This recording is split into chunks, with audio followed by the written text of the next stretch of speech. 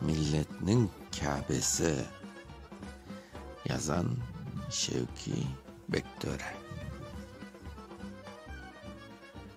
Gün tuğuştur beşiğimiz, gün tuğuştur kabrimiz. Cennet gibi o curtların kurçalasın Tanrımız. Onu öksüz karanlık hayalatlı kökünde tuğacaktır bir canı ay ya bir güneş tübünde. Bu sürgekli kara günler ketken sayın tolacak. Gün gelecek ongulmagan onganlıklar bolacak. Tuğan cerdir bir talay halk kaytıp gelecek. Taran edip toprağına gözyaşların tökecek. Çünkü onun mübarektir tavu, taşı toprağı. Akkan suyu bir küzgüdür mezarı ziyaret. İç suyundan çok şükür de Tanrı'ya bir dua et.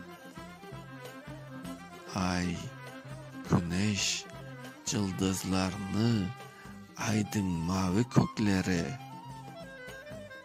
kız balları, meleklerinin çağırıp düşken tükleri, denizleri, yeşil çölü, togayları gülleri, togaylan tolkunlanıp ese turgan celleri, bülbüllerin bahçalarda muflü canık sesleri. Toplanız bu tuğan el unutulan esleri. Tatlı tatlı ayneniler aytar bizge anaylar. Gönül erip, cürek erip, akar keter tunaday. Tatarının türbesidir, gün tuğuşunun yeri. Çünkü anda tuğup ölgen altın ordu erleri.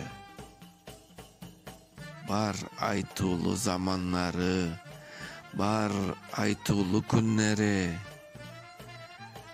Yaki tökken gözyaşları, acı yürek günleri.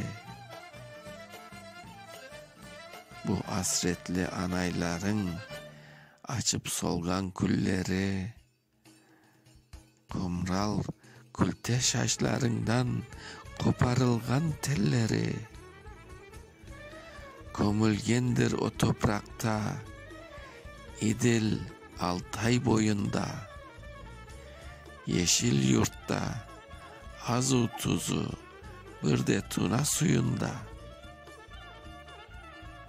Tatarların bu yerlerde aziz milli Kâbesi, Şam derdinin yüreklerden öttü köpten avesi. Garip Tatar durma, cıla, kurumasın göz yaşın. Öz Kâben'de kutlu günler kör algaca bu başım. Okuyan Mustafa Şansal.